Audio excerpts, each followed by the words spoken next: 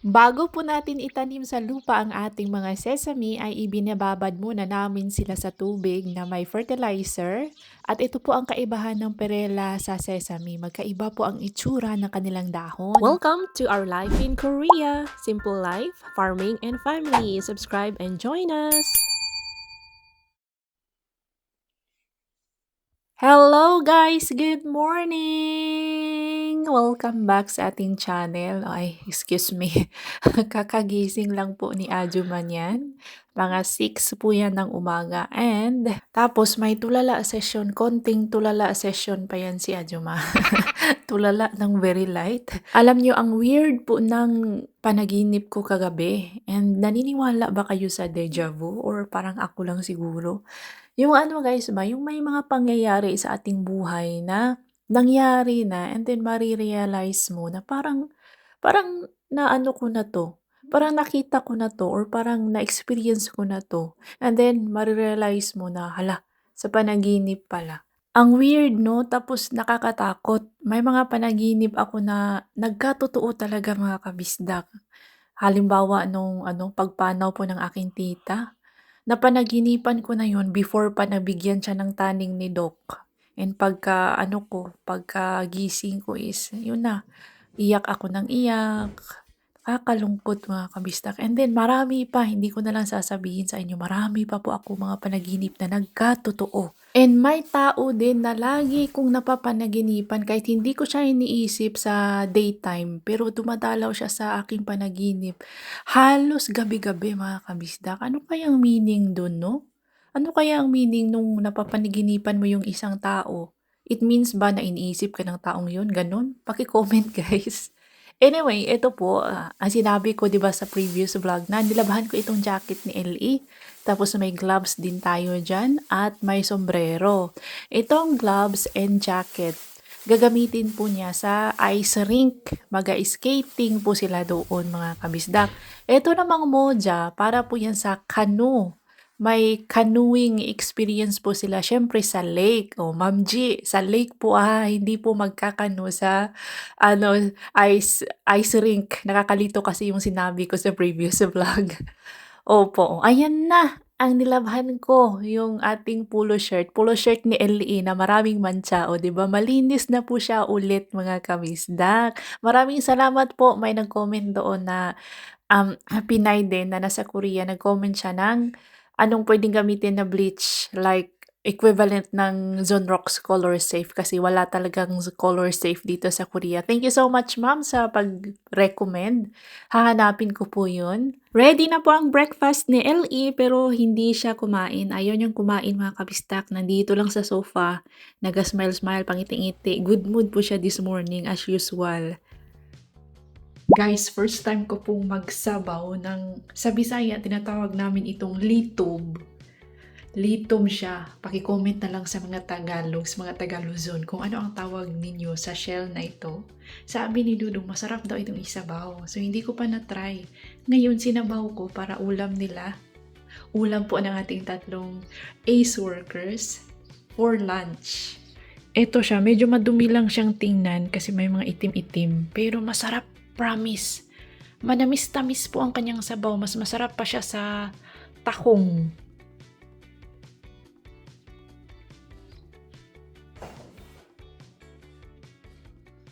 나는 또 워터멜론 하고 프라이데이 워터멜론 또 해야 되니까 세러데이 데이오프 하자.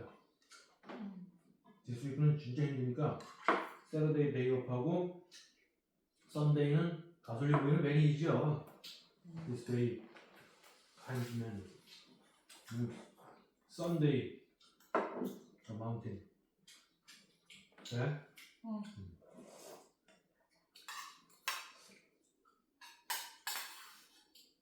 Hindi nyo po makikita madalas sa mga vlogs natin ang ating tatlong ACE workers dahil maaga po yan silang umaalis sa bahay mga kabisdak. Maaga kasi nag-start ang trabaho sa watermelon farm sa mga eco house dahil mainit na masyado. So, mag-start sila ng 7, stop ng 11, balik sila ng 2, stop sila ng 6, gano'n. Iniiwasan po nila yung masyadong mainit na mga oras from 11 to 2. Masyadong mainit sa loob ng Eco House, kaya stop sila. Early mag-start sa umaga, early din matatapos. Then sa afternoon, late na mag-start, then late na din matatapos. 8 hours po ang trabaho kada araw.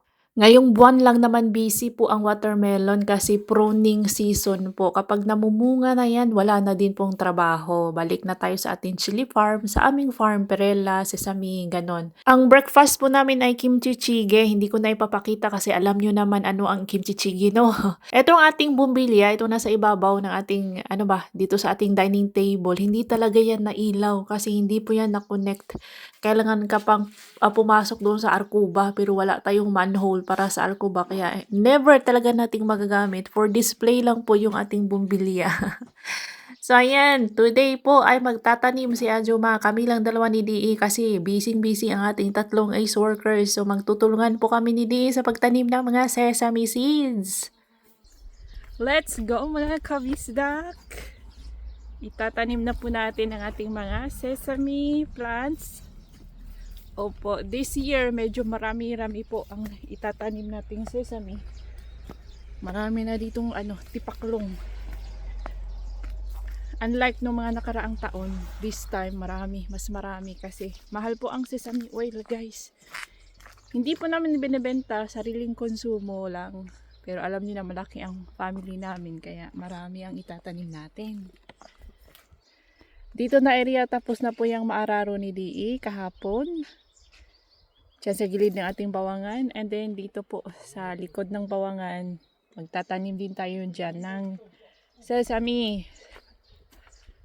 Okay, let's check si DE. Si DE nagre-ready na po sa... Si Biran gustong sumali, gustong magtanim din. Pero today is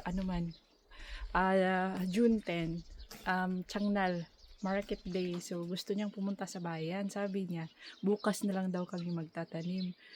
So mas gusto ni DE na ngayon kami magtanim kasi wala si Bianan. Kapag kasama kasi si Bianan, ang dami niyang mga utos.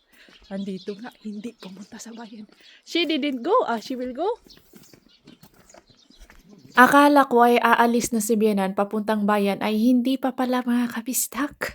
So ito, natubo na ang ating mga perela plants. Yan po ang itsura ng dahon ng mga perela. Diba? Magkaiba po sila sa sesame. Kasi may mga tao kasing nagsasabi na pareha lang ang perela at sesame ay hindi po. Tapos may ibang mga Koreans din na hindi alam ano ang perela. Sesame lang ang alam. So ayan, si Bianan, nagtugon pa, nag-final instruction pa siya kay DE mga kabisda ko. Hindi po siya mapanatag kung hindi niya makikita yung paano kami magtanim. O late na po yan pupunta sa bayan dahil dito. Need niyang tingnan, i-supervise kung tama ba yung mga ginagawa namin. 아니 알았어 내가 할게 그 괜히 부러뜨릴까봐 그래 아유 왜 부러뜨려? 그거 뭐 내가 뭐 약간 삐뚤 해도 되겠네. 아니 그 내 왼손 집이 해가지고 여기서 이렇게 가는 게 얼마나 불편한데 여기서 이렇게 가는 게 그래서 그런 거지 그걸 왜 꼭 엄마는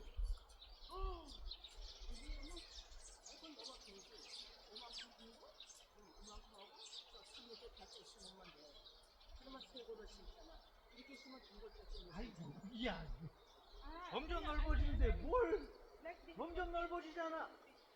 아니 그러게 요거는 그렇게 심어야 된다고 넓어지는 데는 심어야지. Alam nyo kung may choice lang ako no, gusto kong magtrabaho na ako lang. Upo, kasi kapag kasama ko si Bianan at si DE, ay para akong referee. Ako yung si Bianan kasi may sarili siyang paraan. Kasi na siya veterano na siyang farmer. May mga na siya, technique na siya, style, ano pa ba. Si DE naman, itong si DE, hindi nakikinig. Laging salungat sa kanyang nanay. Hindi man lang sabihin yes, yes, yes para mabilis matapos yung usapan. Ang gusto ni Bianan dito magsimula sa right side. Ayaw naman ni DE kasi left-handed siya. May point naman si DE. Ang sabi ni Bianan, dapat straight. Ay, ito naman si di hindi pwedeng i-straight kasi may mga bato-bato dito at hindi pantay yung lupa. Ay ewan ko na lang talaga mga kabisdak. Pero minsan tama si biyenan, minsan mali, minsan tama si DE, minsan mali. Gano'n mga kabisdak. At dito na point, tama si biyenan. Mas gusto kasi ni biyenan na hindi gamitin yung seedler, yung parang basuka, yung tubo na sinushoot yung ating seedling. Mas gusto ni biyenan na ganito mano-mano. Kasi itong sesame plants ay mga sensitive unlike sa perilla and chili. So, dapat mo siyang ayusin sa pagtanim talaga. Dapat straight yung kanyang tubo. Ganun mga kabisdak. Sensitive siya dahil itong sesame plants pala, itong sesame seeds na ginagawa nating sesame oil ay mas mahal pala mga kabisdak. Mas mahal daw siya sa perilla seeds at din kung ibebenta mo ito mas mabilis siyang mabenta kasi tinatangkilik talaga ng masa ito kaysa sa perilla oil daw. Yun, kaya iniingatan nila itong sesame dahil konti lang ang nagtatanim nito dahil nga siya, matrabaho nga siya and medyo maselan. So before namin itanim ay binababad natin sa tubig na may fertilizer and vitamins na kulay itim. Saka natin ita-transfer sa lupa. Hindi po namin ito binebenta mga kabisda, konti lang po itong ating itinatanim dahil pangkonsumo lang sa bahay at ibibigay natin kay Kunoni, kay Chagun Oni, yun po. Pero nadamihan nila ng seedling. Kaya no choice tayo, itatanim na natin lahat ng mga sesame seedlings natin.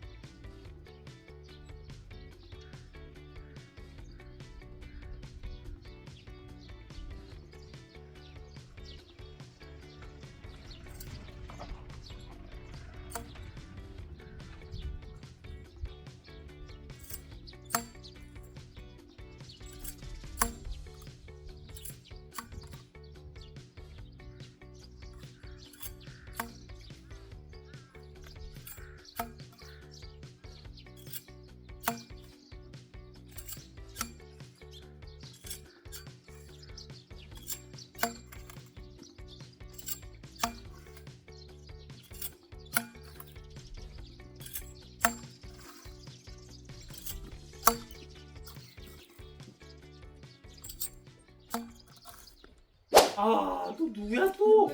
종일이 우기 아들. 아, 그 로라보이 프렌드. 다음 주 일요일 20일 날. Nagrereklamo na naman yan si DE kasi may nag-send sa amin ng wedding invitation letter, meaning may ikakasal na taga-baryo, kahit hindi namin close, basta taga-baryo or kilala ni biyanan, pati kami pinapadalhan mga kabisdak at kailangan nating magbigay. Kapag pinadalhan kami, meaning kailangan naming magbigay. Pwede namang hindi ka magbigay pero parang rude siya mga kabisdak. So, ayan, hindi namin kilala yung ikinakasal kaya nagtatanong kami kay Bianan. Sabi ni Bianan, anak daw ng kabarangay namin. Hindi pa namin na-meet. Hindi namin kilala. So, yun, magbibigay ng pera kaya reklamo ito si DE. Ayan mga kabisdak. So, after hindi pa po tapos ang ating pagplanting pero huminto kami para mag-snacks at magpahinga. Tapos may kinukwento sa akin si Bianan na naalala daw niya noong bata pa si DE, mga 2 years old, dahil busy sa trabaho, wala mang kindergarten noon or childcare. So, dala-dala ni Bianan ang kanyang mga sisiw, ang kanyang baby na si DE habang nagtatanim or nagdadamo. Tapos, pinapalaro niya. Yan, tumatawa kami. Yan po ang story ni Bianan. Nagdadala si Bianan ng batya na may tubig, pinapasok niya si DE doon, tapos naglalaro si DE, minsan daw kumakain ng putik. Kasi sobrang busy ng panahon noon mga kabisdak, no choice sila. Unlike ngayon, 'di ba? Nagpapasalamat ako kasi yung government nila dito tumutulong talaga. Yung mga parents nakakapagtrabaho 8 hours or less than 8 hours ang mga mama kasi may childcare. May mga taong nagbabantay and minimake sure po nila na hindi naabuso yung mga bata na nababantayan kasi 'di ba may maraming kaso na ganun, sinasaktan, minamaltrato sa loob ng childcare, natutrauma yung mga bata. Hindi na po ngayon, hinihigpitan po talaga nila para hindi rin kami mag-alala, kami mga parents, at walang masamang mangyari sa aming mga anak. Pero mas maganda pa rin na ikaw mismo, nanay, ang mag-alaga sa iyong anak, mga kabistak. Yun talaga ang the best. Pero kapag need nyo magtrabaho mag-asawa kasi sa crisis ngayon sa mahal. Napakamahal na ng mga bilihin kaya kinakailangan talagang kayong dalawa ang kumayod. Ay tinutulungan po tayo ng government. Tapos may mga nannies din na pumupunta sa bahay, like yung maliit na maliit pa yan sa LA. May nanny siyang pumupunta sa bahay at nung malaki na, pumupunta na kami sa Orinigib. Tapos na mga kabisdak, sa wakas yung mata ko mamula-pula na kasi napagod ako guys. Salamat pa rin. Thank you Lord pa rin at natapos natin ang ating pagsidling na mga sesame today. Diyan po kami kanina at doon sa gilid sa Kalbo na Eco House. Sa gilid likod, side by side, front and back. Tinamna namin yan. And dito po sa kabila. Yan. Supposedly, ito po ay Perella field pero madami kasi tayong natira ng mga sesame. Tinanim na din ni kasi sayang man, mga 6 trays po ang natira. Madami kami sinidling. Opo. So, dito namin, teka lang, may ahas daw dito, sabi ni Di kanina. Sabi ni Di may nakita siyang ahas dito. Nasaan na kaya yung ahas? Ayan, dyan kami guys, yung 6 trays. Dito namin itinanim. Ayan, hindi nyo na parang hindi nyo na makikita, mahalata kasi madilim na. Ngayon po is 6:20. Medyo madilim na nga. Natatabunan na ng nasa likod na ng bundok si Haring Araw. Hindi nyo na makikita pero ito yon, ito. Ayan. At tayo pa uuwi na. Ay nako. Magtanim ay di biro. Ang magbukid ay di biro. Nakakapagod mga kabistak. Pero worth it naman guys. Pag nagtanim tayo at nakikita. Pasensya na sa ating buhok. Worth it po pag nakita natin namumunga, tas nag-harvest na, ay, nawala yung pagod. Hindi pa tapos ang kanyang trabaho, siya po ang magdidilig sa ating mga Perella seedlings. Siya po ang magdidilig ng ating mga Perella seedlings. Ako po ay uuwi na sa bahay, magpapahinga, magbibihis, maliligo. May bagong paborito po sa LA guys. Pistachio ice cream. Pistachio pala ang tamang pronunciation ng pistachio, no? Pistachio ako ng pistachio. Pistachio ice cream. Ayan. Pistachio ice cream yan mga kabisdak. First time po nakita sa Hanaro Mart dito sa aming barangay. Pumunta kami kahapon ni DE. Bumili ako ng mga ice cream. Binigay ko din sa ating 3 ACE workers. Jo, hambang. Chokman. Ayan, green ang kulay niya.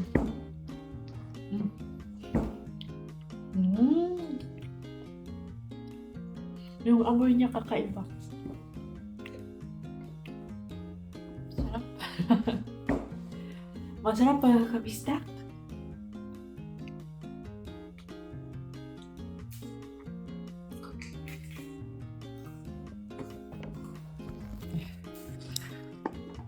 종우야. 정우, 하나 더 주세요. 엄마 하나 더. 또, 아이 고마워. 아yan.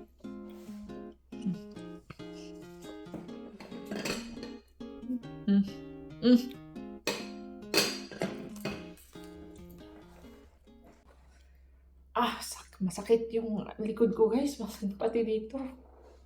Busy lang naman kami tuwing ganito summer.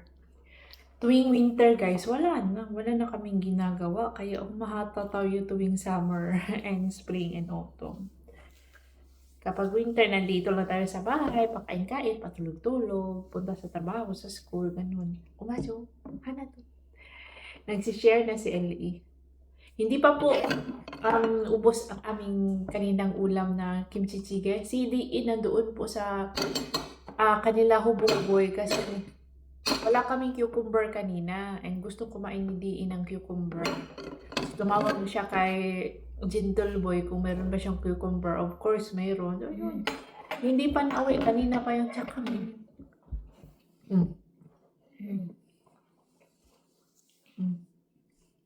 Tapos na po kami mag-dinner ni LA.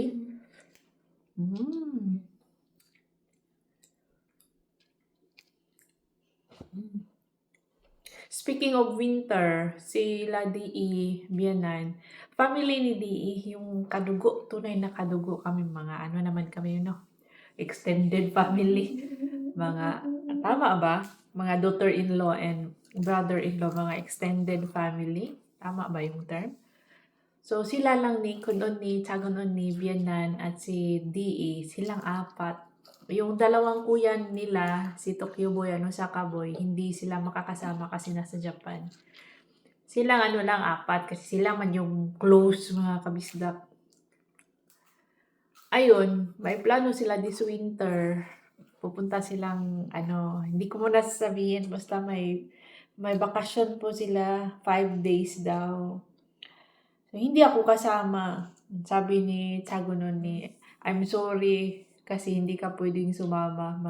Kahit sila LA, ay hindi sila pwedeng sumama. Yung mga tunay na walang halo. Mga blood son. So, ayun.